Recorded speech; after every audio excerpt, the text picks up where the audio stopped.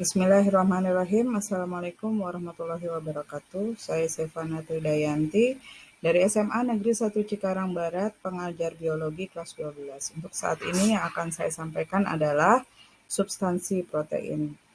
Pertama yang akan saya bahas adalah kromosom, yang merupakan struktur padat yang tersusun dari komponen molekul berupa protein histon dan DNA. Kromosom akan tampak jelas pada tahap metafase dan proses replikasi kromosom. Kromosom sendiri terdiri dari beberapa bagian, yaitu kromatid, yaitu satu dari dua lengan kromosom hasil replikasi yang masih melekat pada sentromer. Kemudian kromomer, yaitu struktur berbentuk manik yang merupakan gabungan dari kromatin. Kemudian ada sentromer, yaitu bagian pelekukan dari lengan kromosom pada bagian tengah, khususnya kinetektor.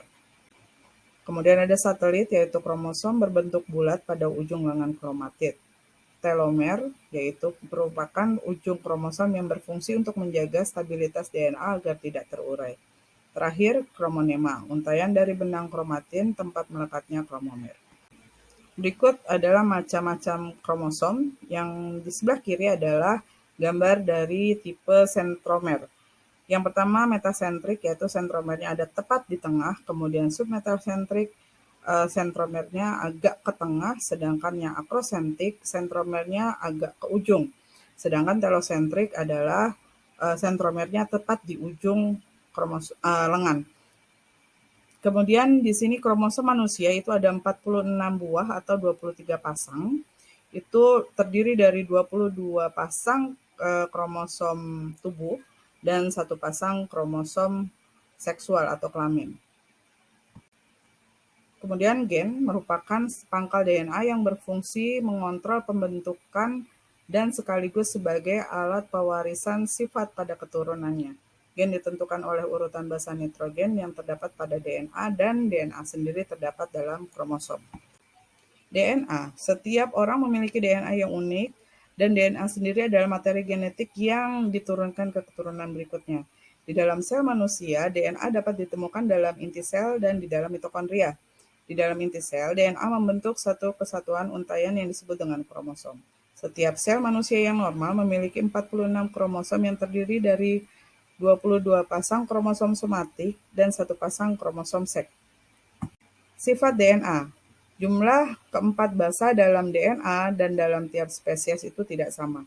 Jumlah A akan sama dengan T dan jumlah G akan sama dengan C. Jumlah basa dan panjang tiap spesies berbeda. DNA sendiri merupakan molekul hidup yang stabil.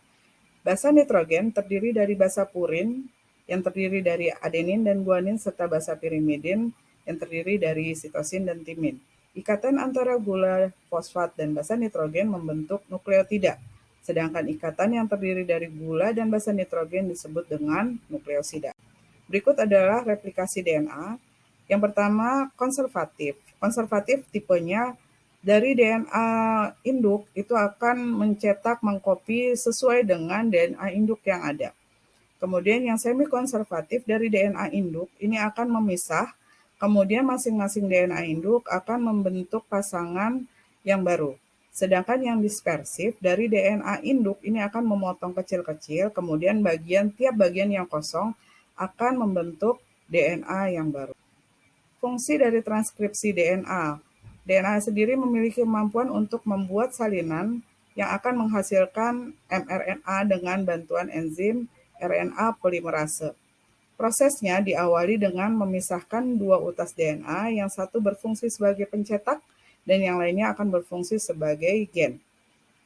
Yang perlu diperhatikan bahwa dalam RNA tidak memiliki basa nitrogen T, tapi akan digantikan oleh urase U. RNA sendiri terdiri dari 3 tipe, yaitu mRNA membawa kode genetik ke ribosom, kemudian rRNA sebagai komponen utama ribosom, dan tRNA yang membawa asam amino ke ribosom. RNA adalah benang tunggal tersusun dari gula ribosa, fosfat, dan basa. Basa nitrogen terdiri dari adenin, guanin untuk purin, sedangkan pirimidinnya terdiri dari sitosin dan urasil. Biasanya ditemukan di inti sel, mitokondria, kloroplas, dan dalam sitoplasma. mRNA merupakan polinukleotida berbentuk linear Disintesis di dalam nukleus atau inti melalui transkripsi oleh DNA yang berfungsi sebagai penentu primer dari protein yang akan dibentuk atau membawa kodon. rRNA atau ribosom RNA ini merupakan penyusun ribosom dengan bentuk yang belum diketahui. Fungsinya sebagai adaptor atau penyelaras dalam sintesis protein. RNA sebanyak 80% di dalam sel itu berbentuk rRNA. tRNA atau transfer RNA ini berperan sebagai pemanggil asam amino yang spesifik, mengikatnya dan kemudian mengangkut menuju ribosom. Pada satu bagian, yaitu di bagian kepala, itu akan terikat dengan asam amino, sedangkan pada ujung yang lain, bagian kaki, akan terikat urutan basa nitrogen yang disebut dengan antikodon yang akan mencari pasangannya di mRNA. Perbedaan dari DNA dan RNA bisa dibaca secara jelas. Di situ yang paling penting adalah pada RNA tidak akan pernah ditemukan timin, tapi yang ditemukan adalah urasil. Proses sintesis protein terjadi melalui dua tahap, yaitu transkripsi dan translasi. Transkripsi ini terjadinya pada inti, kemudian dia adalah hasil dari pengkopian mRNA dari DNA rantai sense yang dibuka oleh enzim RNA polimerase. Dan ini juga melalui 3 tahap, yaitu inisiasi, elongasi, dan terminasi. Tahap kedua adalah translasi, yaitu proses penerjemahan asam amino yang berdasarkan kodon dari mRNA oleh tRNA. Berikut adalah ilustrasi dari proses sintesis protein. Dari DNA itu akan dibuka oleh RNA polimerase, kemudian DNA cetak itu akan menghasilkan mRNA pada proses transkripsi, kemudian mRNA ini akan dibawa keluar pada proses translasi menuju ribosom. Kemudian berdasarkan kodon pada mRNA, tRNA akan membawa antikodon yang di bagian atasnya akan membawa asam amino yang sesuai. Dan ini adalah tabel asam amino. Jadi apabila di mRNA kodonnya itu berupa UUUU, jadi ada 3 U, antikodon dari tRNA itu akan berupa AAA. Dan AAA ini akan membawa asam amino lisin. Terima kasih dan wassalamualaikum warahmatullahi wabarakatuh.